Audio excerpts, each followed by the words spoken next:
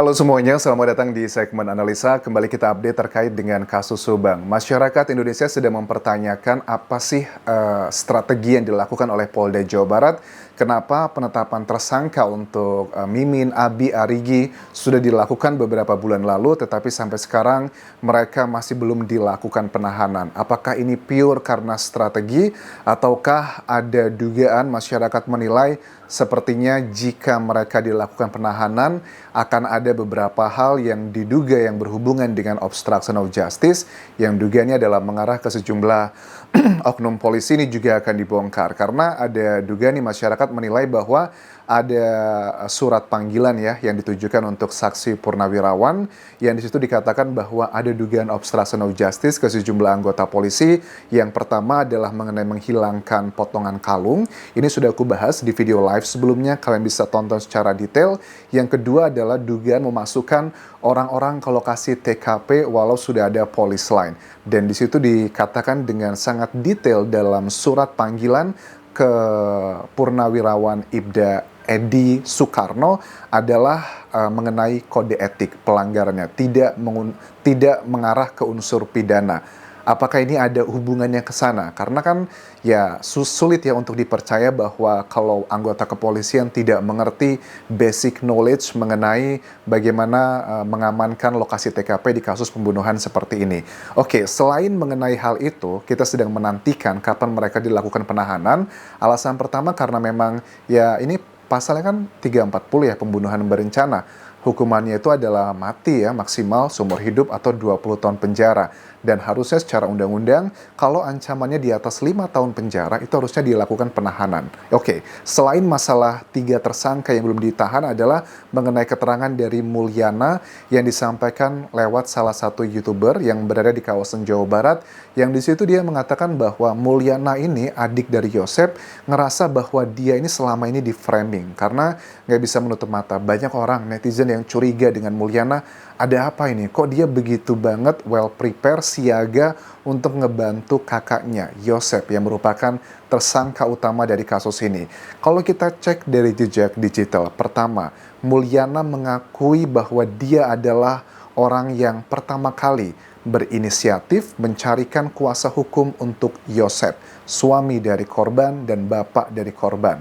Sebuah reaksi yang cukup unik dan juga janggal pada saat ada istri dan anaknya dihabisi, bukannya sibuk untuk mencari siapakah pelakunya, tetapi justru malah mencari pengacara untuk mengamankan diri. Ini sudah dijawab oleh Yosep sebelum dia dilakukan penahanan. Dia mengatakan karena saat itu banyak orang sudah mencurigai dia, makanya dibandingkan nanti kemana-mana, akhirnya dia mencari kuasa hukum untuk mengamankan dirinya.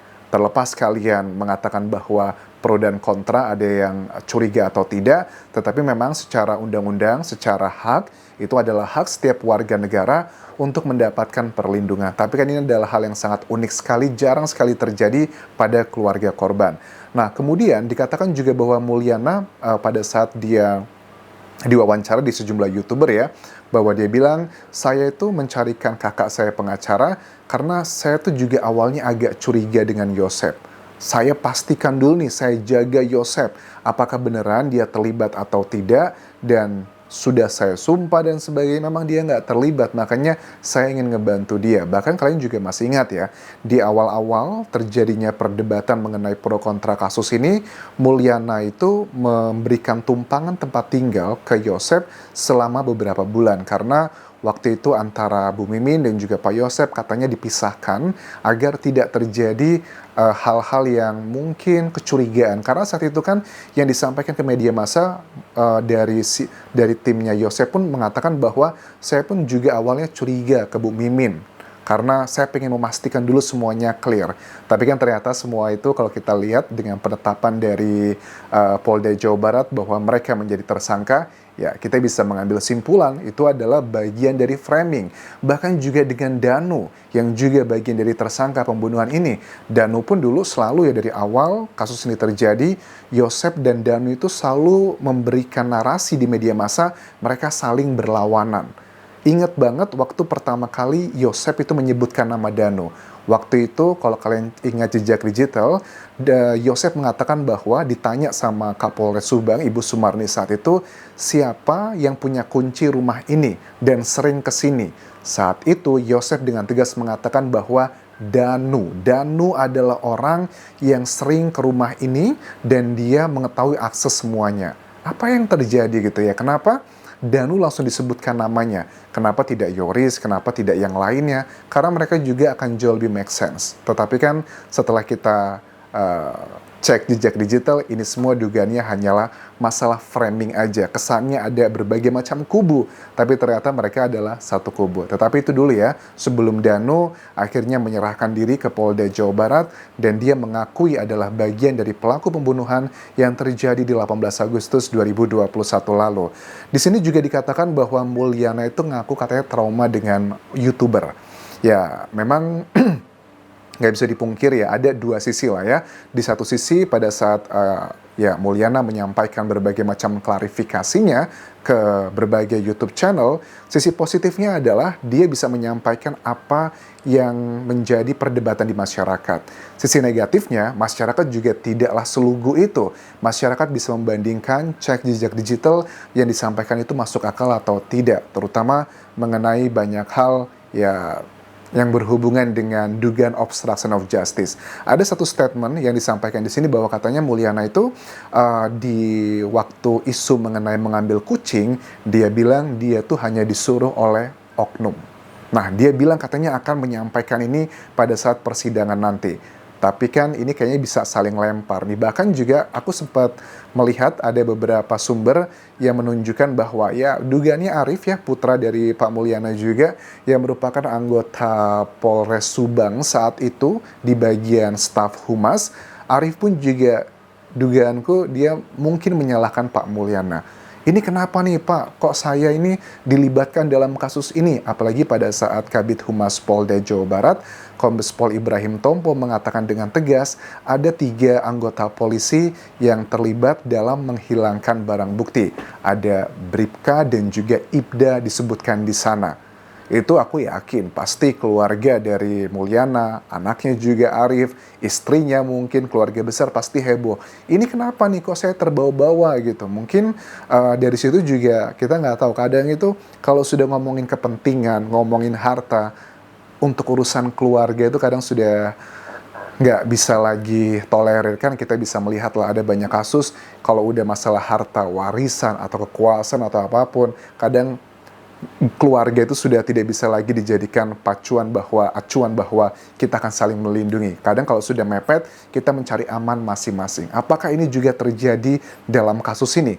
Mulyana menyalahkan mungkin oknum-oknum, ataupun juga oknum tersebut salah satunya adalah putranya Arif pun juga sama akan menyalahkan Mulyana. Jadi semuanya saling serang satu sama lain. Dan ini adalah bagian yang sudah kita lihat potensi jalannya ke arah mana.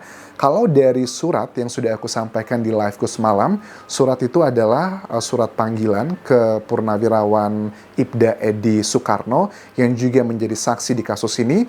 Di situ suratnya kan dikatakan bahwa ada dugaan saksi Pak Edi ini dipanggil oleh Polda Jawa Barat untuk menjadi saksi dalam dugaan kode etik ke sejumlah anggota polisi yang berada di kawasan Jawa Barat. 2 hal yang disampaikan di sini adalah pertama, dugaan menghilangkan potongan kalung miliknya Ibu Tuti, dan yang kedua adalah memasukkan orang-orang ke lokasi TKP walau sudah ada police line. Itu adalah yang sudah aku bahas malam. Kalian tonton di video tersebut apa poin-poin utamanya. Tetapi kecenderungannya, trennya kalau aku lihat, apakah ini ada sebagian orang yang bilang sama aku nih, apa aja jangan-jangan Anjas kalau Mimin, Abi, Arigi itu langsung dilakukan penahanan, nanti bakal ada nih oknum-oknum dugaannya adalah anggota polisi yang akan terlibat dan mereka akan kena PTDH. PTDH itu adalah pemberhentian, pemecatan dengan tidak hormat ya. Karena di aturan kepolisian kan kalau seseorang anggota polisi terkena hukuman di atas 2 tahun penjara ya, itu sudah otomatis dia akan diberhentikan. Nah, untuk penghilangan barang bukti, aku cek pasalnya, itu hukumannya bisa 5 tahun penjara. Artinya kalau terbukti, ini ada bagian unsur pidana dan menghilangkan barang bukti, dan kena 5 tahun penjara, otomatis mereka sudah bukan lagi menjadi anggota polisi. Tentunya ini adalah hal yang sangat ditakutkan oleh ya para oknum. Dari Purnawirawan Edi Soekarno pun juga mengatakan melihat kecenderungan di wawancara yang sudah kita bahas beberapa kali bahwa Pak Edi ini pengen mengatakan bahwa memang betul menurut saya ada dugaannya adalah oknum-oknum yang terlibat di sini, tapi mereka tuh hanya masalah SOP. Kayaknya Pak Edi pun di hati kecilnya masih mau melindungi oknum-oknum tersebut. Itu adalah opiniku pribadi, tapi kalau menurut kalian nggak, Anjas, memang ini adalah murni karena faktor kode etik, tidak ada unsur pidana, ya boleh-boleh aja. Tapi secara pribadi aku menilai kalau dibilang polisi nggak ngerti tentang mengamankan barang bukti, mengamankan lokasi TKP, sangat sulit untuk dipercaya. Karena pada saat anggota polisi itu masuk ya ke kepolisian itu, mereka punya training loh. Ada sekolahnya dulu, ada pendidikannya mengenai hal seperti ini.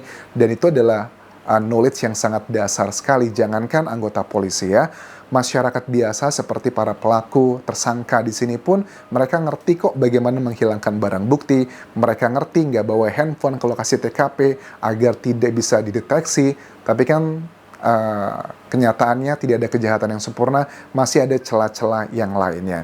Aku rasa itu yang bisa aku update terkait dengan kasus Subang untuk hari ini. Terima kasih sudah menonton. Sampai ketemu lagi di video berikutnya. Tinggalkan like dan juga komen, subscribe channel YouTube ini, follow Instagram, Facebook, dan juga akun TikTokku di Anjas Asmara. Sampai jumpa.